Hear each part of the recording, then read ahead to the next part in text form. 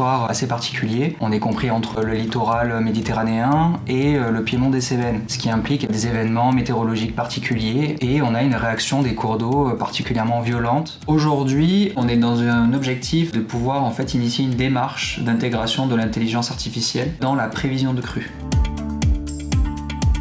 Alors là, vous êtes sur la plateforme de Ville en Alerte où vous avez une quarantaine de stations de mesure qui permettent d'avoir en temps réel le niveau des cours d'eau stratégiques sur le territoire de la métropole de Montpellier. Cette plateforme-là, elle est complètement interopérée avec la plateforme de Wikipredict, qui est notre partenaire pour avertir et alerter l'ensemble des 31 communes de la métropole lorsqu'on a un événement météorologique important qui vient toucher le territoire.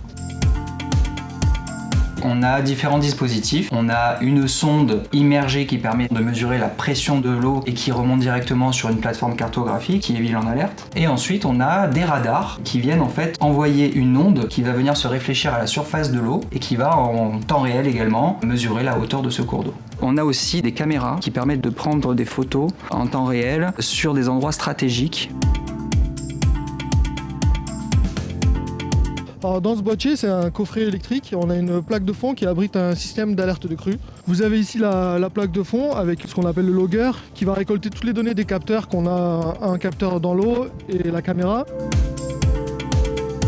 Dans le projet Ville en Alerte, c'est Aegis qui a réalisé différentes hypothèses de précipitation donnant des scénarios d'inondation. Le travail qui est fait, c'est qu'en temps réel, en fonction de l'observation, on va pouvoir essayer d'identifier ou d'anticiper quel scénario va se mettre en œuvre et d'accompagner la commune dans la recommandation d'un scénario spécifique qui implique un certain nombre d'actions spécifiques et prioritaires à mettre en œuvre.